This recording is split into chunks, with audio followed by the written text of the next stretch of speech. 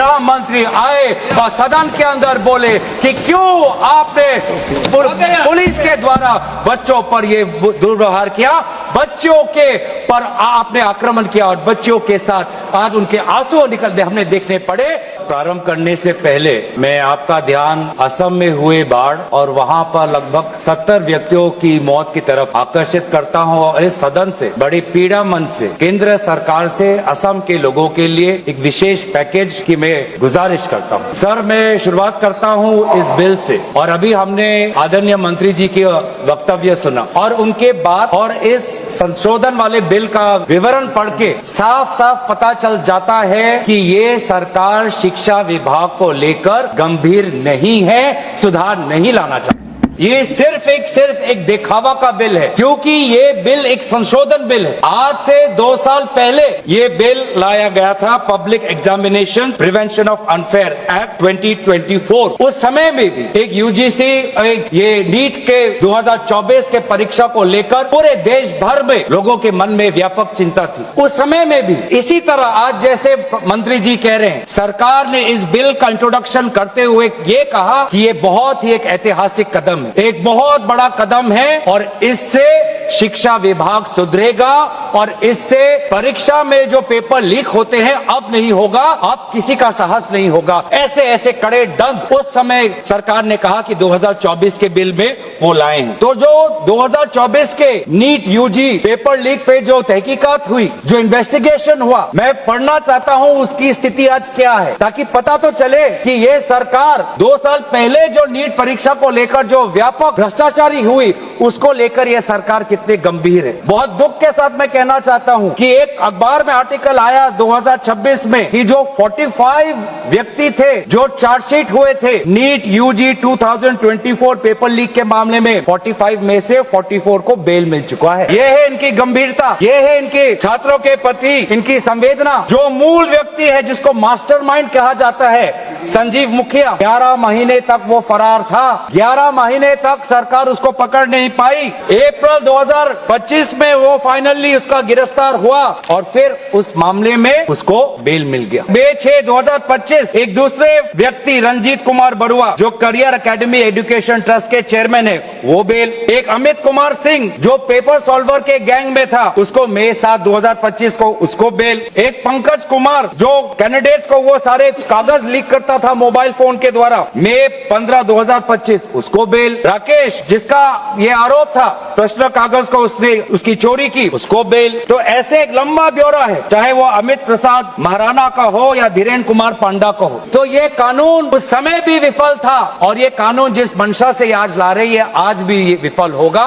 ये कानून आपकी विफलता का स्मारक है, क्योंकि ऐसे कानून 2024 के में लाने के पश्चात भी 2026 में तो लीक हुआ ना। अगर कानून इतना ही सशक्त था तो आज 2 साल बाद ही इतना बड़ा व्यापक लीक कैसे हुआ। और अफसोस की बात है उस समय में भी शिक्षा मंत्री धर्मेंद्र प्रधान थे और जब 2024 का जब पेपर लीक का मामला जब पूरे देश भर में आया, आपको पता है धर्मेंद्र प्रधान जी ने उस समय क्या कहा? उन्होंने कहा कहां हुआ पेपर लीक, नहीं हुआ पेपर लीक। और आज भी पहले 2.5 महीने तक तो उनका रवैया यही था कि कहीं कोई धांधली नहीं हुई, सरकार ने बहुत अच्छा काम किया है। 21 बच्चों की जान गई, आत्महत्या उन्होंने की। आपको शर्म नहीं आती इस सरकार को कि जिस मंत्री के तहत में 21 बच्चों ने अपनी जान गंवा दी, आत्महत्या की, जब उसने अपने मंत्री पद से इस्तीफा दिया, कल जब वो सदन में आए आपने उनको ऐसा माला पहनाया ताकि जैसे वो पाकिस्तान से जंग लड़के आए हैं, ऐसा माला पहनाया, ऐसा उनका वजूद उनको बढ़ा किया मानो कि वो पाकिस्तान से जाकर सीमा पे जाकर जंग लड़के आए। ये है उनकी सच्चाई, दुख लगता है।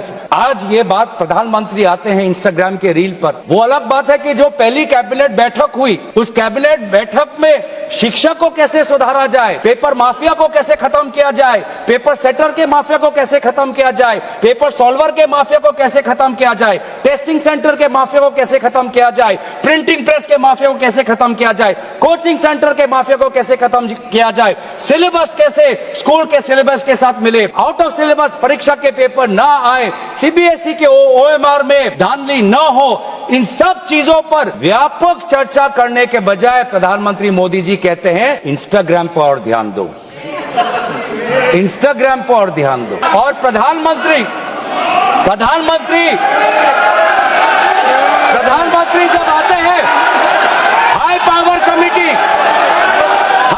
कमेटी की बात करते हैं तो 2 साल पहले जो के राधाकृष्ण की जो हाई कमेटी थी उसका क्या हुआ? 2 साल हाई कमेटी आपने गठन की, प्रधानमंत्री केंद्र सरकार के निरीक्षण में एक हाई कमेटी बनी, के राधाकृष्ण फॉर्मर इसरो के चेयरमैन। अगर वास्तविक में उन्होंने इतना बढ़िया काम किया तो 2 साल पश्चात ही आज क्यों दोबारा ऐसा पेपर लीक हुआ? सरकार ये दिखाना चाहती है कि ये बहुत गंभीर है। पिछले कुछ दिनों में पता चला कि एनटीए के लगभग 47 लोगों को बदला गया। सर, मैं इस सरकार से मैं ब्यौरा चाहूंगा कि वे जो 47 लोग हैं जिनको आपने ट्रांसफर किया या सस्पेंड किया, कौन है वो? क्योंकि एनटीए की जो एक्चुअल सैंक्शन कैपेसिटी है, एनटीए की जो सैंक्शन कैपेसिटी है वो 34 की है। 34 की सैंक्शन कैपेसिटी है। ये 47 कौन है? कौन है ये 47? 34 में से तो शायद 10-11 वैकेंसियां हैं, 24 ही है जहां पर लोग बैठे हुए हैं। तो ये जो 47 जो सैंक्शन, ये कौन है? जो आउटसोर्स करके अपने लोगों को लाया एनटीए में, वो लोग हैं क्या?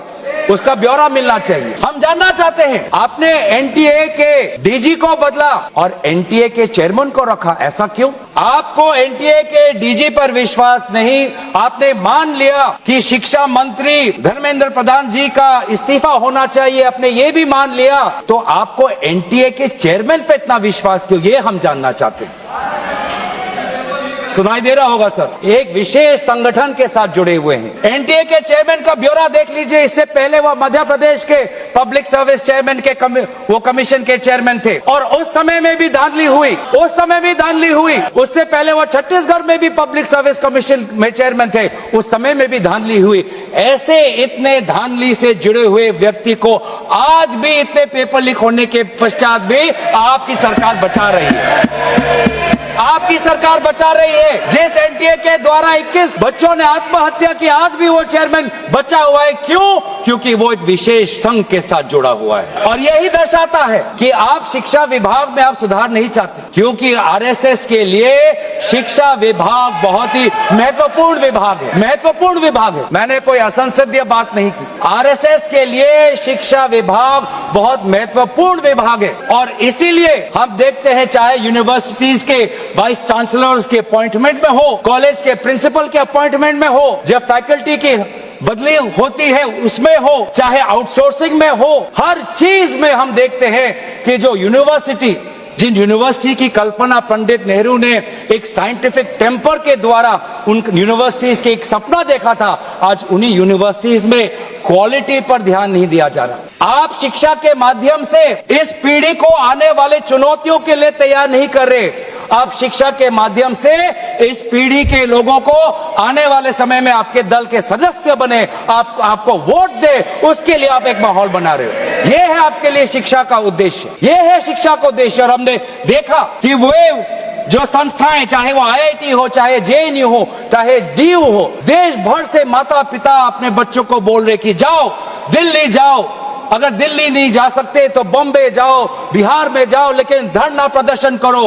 आज शिक्षा की बात है, आपको अपना भविष्य आपको बचाना है। मैं नहीं जा सकता पर मेरी आशीर्वाद तुम्हारे साथ है। एक माँ ने एक आशीर्वाद के साथ अपनी बेटी को भेजा, एक बाप ने अपने बेटे के पीठ पे थपथपाकर उसको जंतर मंतर पे भेजा, और डीयू, आईआईटी, जेएनयू कहती है आप मत जाओ। छात्रों को कहती है अगर आप जाओगे तो आपके करियर पर प्रभाव बन सकता है। यह है शिक्षा की संस्थाएं। ऐसे हम आने वाली चुनौतियों के लिए हम भारत का निर्माण करेंगे, अपने युवाओं को हम उनको ताकत देंगे। इसीलिए अगर एक बात इस पूरे घटनाक्रम से निकलती है वो ये है कि आज शिक्षा में इस बिल से, जिसमें आपने पेनल्टीज बढ़ा दिए, पनिशमेंट बढ़ा दिए, इससे हमारा शिक्षा विभाग नहीं सुधरेगा। राहुल गांधी जी बार बार कहा कि धर्मेंद्र प्रधान जी सिर्फ एक मुखौटा है आपके शिक्षा विभाग, आपकी शिक्षा के प्रति जो उनका आपकी जो नीति है वो सिर्फ उसका एक चिन्ह है, एक सिंबल है। उनके हटने से भी शिक्षा में सुधार आएगा।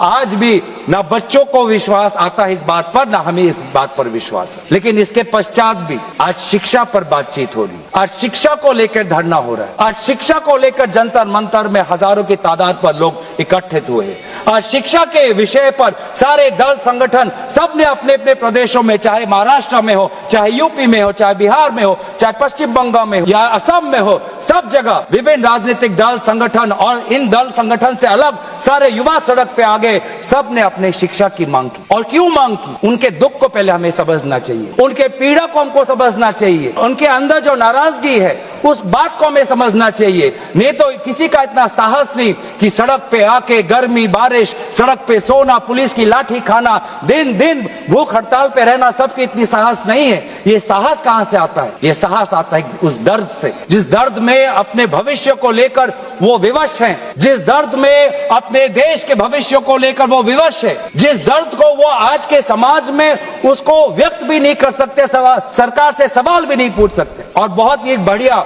एक व्यक्ति ने इस पूरे दर्द के बारे में बात करते हुए गोपाल दास नीरज के गीत की बात करता है। वो व्यक्ति जिस व्यक्ति से राहुल गांधी जी मिलने गए, उसने कहा, उसने हमें याद दिलाया कि नीरज की वो पंक्तियां, स्वप्न झरे फूल से, मीत चुबे शूल से, लुट गए सिंगार सभी, भाग गए बबूल से, और हम खड़े खड़े बाहर देखते रहे, कारवां गुजर गया गुबार देखते रहे। ये बच्चों की वो दुख है। क्या करें? हमारे पास पैसे नहीं है इतने कि हम पेपर खरीद पाएं। 30-30 लाख का पेपर हमें खरीदने के पास हमारे पिताओं के पास इतने सामर्थ्य नहीं है।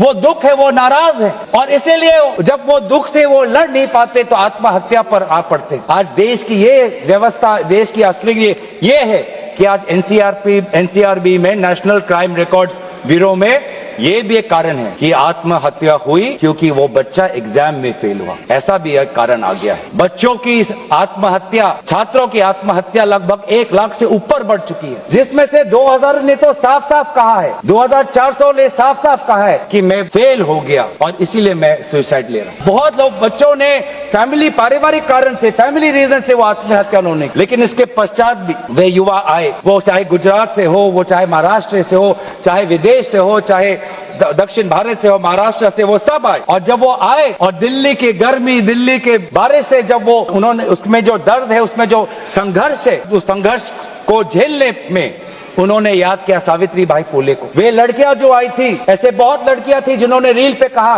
कि मैं अपने माता पिता को बिना बोले मैं जा रही हूं क्योंकि मुझे लड़ना है। ऐसे भी लड़कियां थी जिन्होंने कहा कि मैं छात्र नहीं हूं, मैं काम करती हूं, लेकिन मैंने भी कुछ साल पहले नीट का परीक्षा दिया था, मैं पहले अटेम्प्ट में मेरा पेपर लीक हो गया, कितना मानसिक मेरे पे दबाव बना मैं खुद समझ सकती हूँ। आज अगले पीढ़ी के साथ, जिस समय मैं खड़ी नहीं हो पाई, मैं बाहर नहीं आ पाई, लेकिन आज अगले पीढ़ी के साथ मैं खड़ा होना चाहती हूँ, मैं जाऊंगी आज। ये सब वहां पे आए क्यों? क्योंकि उन्होंने इतिहास को याद किया कि जिस प्रकार से सावित्री बाई फुले हो या फातिमा शेख हो, जिस प्रकार से समाज ने उन पर उत्पीड़न किया, लेकिन वो कभी भी अपने बाग से हटे नहीं। युवा लोग आए, एक लड़का था हरे शर्ट में, वो पुलिस को बोल रहा कि आ मार, मुझे मारो, मारो सर मारो। उसमें वो भगत सिंह का जज्बा हमें दिखाई दिया। हमेशा उसने हाथ नहीं उठाया, उसने खाली बोला कि मारो, क्योंकि ये थी लोगों की और युवाओं की ताकत कि अब वो डर उनसे चला गया, डर खत्म हो गया, डर गायब हो गया। लाठी है, दर्द होगा, रात को सोने में मुश्किल होगी, लेकिन सब लोग कह रहे थे कि कुछ नहीं होता, अगर शिक्षा के लिए, अपने भविष्य के लिए अगर मुझे 2-3 लाठी भी खानी पड़ेगी तो मैं लाठी खाने जाऊंगा। ऐसे भी लोग थे जो 20 जुलाई के रात को आए। वो 20 जुलाई के सुबह नहीं थे, 7 बजे नहीं थे, 4 बजे दोपहर को नहीं थे, वो रात को 10 बजे आए। क्यों? क्यों? उनको दुख हुआ। उन्होंने रील में देखा कि किस प्रकार से पुलिस वालों ने बच्चों पर हाथ उठाया और उन्होंने बोला कि चलो मैं भी एक लाठी खाने जाऊंगा। ये है हमारा युवा शक्ति। मैं इस सदन से भारत के युवा समाज को मैं नमन करता हूं, आभार प्रकट करता हूं, शुभकामनाएं मैं देता हूं, धन्यवाद देना चाहता हूं कि आपने हमें दोबारा याद दिलाया कि लोकतंत्र का मतलब क्या है। आपने दोबारा हमें याद दिलाया कि सवाल पूछना आप सबका, हमारा सबका मौलिक अधिकार है। हमने वो भी देखा उस मध्य प्रदेश से आए हुए आदमी को जिसके सर पर खून निकल रहा था। क्यों? क्योंकि कांटों से भरा हुआ एक डंडा उसके सर पर पड़ा और उसने तब भी वो पीछे नहीं हटा। खून से लथपथ उसका चेहरा, उस समय भी पुलिस को ललकार रहा था कि देखो ये लोकतंत्र है, लोकतंत्र में जनता जनार्दन है, जनता प्रजा राजा होता है। ये है वहां की उस ताकत। बहुत लोग कहते हैं कि बहुत से गलत शब्द भी उस सभा में, जंतर मंतर में किए गए। मैं उन गलत शब्दों का, जो मर्यादा से बहुत दूर है, अमर्यादित है, उन शब्दों का समर्थन नहीं करता, लेकिन उन शब्दों के बारे में भी याद करना चाहिए जो बाकी बच्चों ने हमें याद दिलाया। किसी एक बच्चे ने याद दिलाया वसीम बरेली की कविता, जिसमें लिखा है, जो उसूलों पर आंच आए तो टकराना जरूरी है, जिंदा हो तो जिंदा नजर आना जरूरी है। ये है वो बच्चे जो अलग अलग प्रदेश से आए हैं। मैं धन्यवाद देना चाहता हूं कि इन्होंने अपनी इंसानियत दिखाई। हर वो बेटी जो वहां जाती थी वो कहती थी कि ये जंतर मंतर, ये ऐसा एक जगह बन गया है जहां पर मैं अपने आप को सुरक्षित महसूस करती हूं। जब पुलिस की लाठी आती है तो कोई अनजाना व्यक्ति, कोई अनजाना उसके सामने आकर शरीर से, अपने शरीर से उस लड़की को बचाता है। डंडा उसके लड़के के शरीर पर पड़ता है। वो लड़का कहता है कि इस उंगली से मैंने पिछली बार कमल पर वोट डाला, आज इसी उंगली को कमल के पुलिस ने तोड़ डाला। यह है उनका साहस। आज समाज, मैं पूरे छात्र के साथ पूरे समाज को भी मैं धन्यवाद करना चाहता हूं। उस गुरुद्वारों को मैं के संचालकों को मैं धन्यवाद करना चाहता हूं जिन्होंने अपना दरवाजा खोला, लोगों को वहां पे शरण दिया। ये है हमारी देश की खूबसूरती। मैं धन्यवाद देना चाहता हूं कि देश भर से लोगों ने फोन किया कि मैं वहां जा नहीं सकता, लेकिन स्विगी के द्वारा उन बच्चों को खाना तो पहुंचा सकता हूं। मैं धन्यवाद करना चाहता हूं उन वकीलों का, वो चाहे सुप्रीम कोर्ट के बाहर हो, चाहे वो जंतर मंतर पे आए हो, सबने बोला कि लोकतंत्र के साथ, संविधान के पक्ष में आज हम सब यहाँ पे खड़े हैं। लेकिन जहां पर हमने हमारी खूबसूरती देखी, जहां पे हमने इंसानियत देखा, जहां पर हमने लोकतंत्र की ताकत देखी, जहां पर हमने लोकतंत्र की ताकत देखी, वहीं पे हमने इस सरकार की क्रूरता भी देखी। हमने देखा आपने किस प्रकार से पेलेट गन का इस्तेमाल किया, हमने देखा किस प्रकार से आपने इलेक्ट्रिक बेटन का इस्तेमाल किया, हमने वो भी नजारा भी देखा कि किस प्रकार से एक पुलिस कर्मचारी ने एक लड़की के गाल पर थप्पड़ मारा। वो एसीपी का नाम भी हमें याद है, उस पुलिस कांस्टेबल का चेहरा भी याद है जिसने अपने डंडे के साथ एक लड़की के प्राइवेट पार्ट पे उसने आक्रमण किया। हमें याद है वो लड़कियां जिन्होंने उनके आंसू निकल रहे थे आंखों से और कह रहे थे कि पुलिस वाले उनको मां बहन की गाली दे रहे थे। हम भूलेंगे नहीं वो बच्चियों जिन्होंने कहा कि मेरे पेट पे जो कपड़े थे उन कपड़ों को इस पुलिस ने फाड़ दिया। ये है असलियत। और इसीलिए बार बार हम मांग कर रहे हैं कि किसने आदेश दिया, वो आदेश कहां से आया कि पेलेट गन का इस्तेमाल हो? किसने आदेश दिया? किसने आदेश दिया कि आंसू गैस का इस्तेमाल हो? किसने आदेश दिया कि लाठी पैरों पे नहीं, लाठी सर पे पड़नी चाहिए? किसने वो आदेश दिया? और इसीलिए बार बार राहुल गांधी जी ने भी चिट्ठी लिखी है और आज भी हम देखते हैं कि अब सारी हम बातें कर रहे हैं। आज इस सदन में, इस सत्र में इस विषय पर भाग इसलिए लेना चाहते हैं क्योंकि हम सरकार से जवाब चाहते हैं और विशेष रूप से गृह मंत्री से जवाब चाहते हैं। गृह मंत्री से हम जवाब चाहते हैं। मेरा ये कहना है सर, गृह मंत्री से हम जवाब चाहते हैं। यहाँ पर बैठे हैं सर, आज ये बिल क्यों आया है? ये बिल क्यों आया है? ये बिल क्यों आया है? ये बिल क्यों आया है समझना चाहिए। ये बिल इसलिए आया है कि गृह मंत्री के द्वारा भेजी हुई पुलिस लोगों के हौसले को कुचल नहीं पाई, इसीलिए ये बिल आया है। आपने उस धरना को खत्म नहीं कर पाया, इसलिए ये बिल आया है। हमने देखा ना सिर्फ दिल्ली में, बिहार में आपने AK-47 का इस्तेमाल किया। ये नौबत है। इसीलिए मैं लोगों का धन्यवाद करना चाहूंगा और धरना प्रदर्शनकारी के साथ है जिन्होंने एक और हमें बहुत ही खूबसूरत गीत याद दिलाया, दिनकर का। अब जो सिर पर आ पड़े नहीं डरना है, जन्म में है तो 2 बार नहीं मरना है। ये जो लोगों ने आज जो संदेश दिया है लोकतंत्र में, दोबारा उन्होंने आज हमारे ऊर्जा जो दी है, इसके लिए सारे विपक्षी दल, हम भारत के युवा समाज के साथ है, छात्र समाज के साथ है, वे सारे जिन्होंने संघर्ष किया उनके साथ है। और आज भी अब चाहते हैं कि गृह मंत्री आए और सदन के अंदर बोले कि क्यों आपने पुलिस के द्वारा बच्चों पर ये दुर्व्यवहार किया, बच्चों के पर आपने आक्रमण किया और बच्चों के साथ आज उनके आंसू निकलते हमने देखने पड़े। इन सभी बातों के साथ मैं अपने वाणी को विराम देता हूं। धन्यवाद।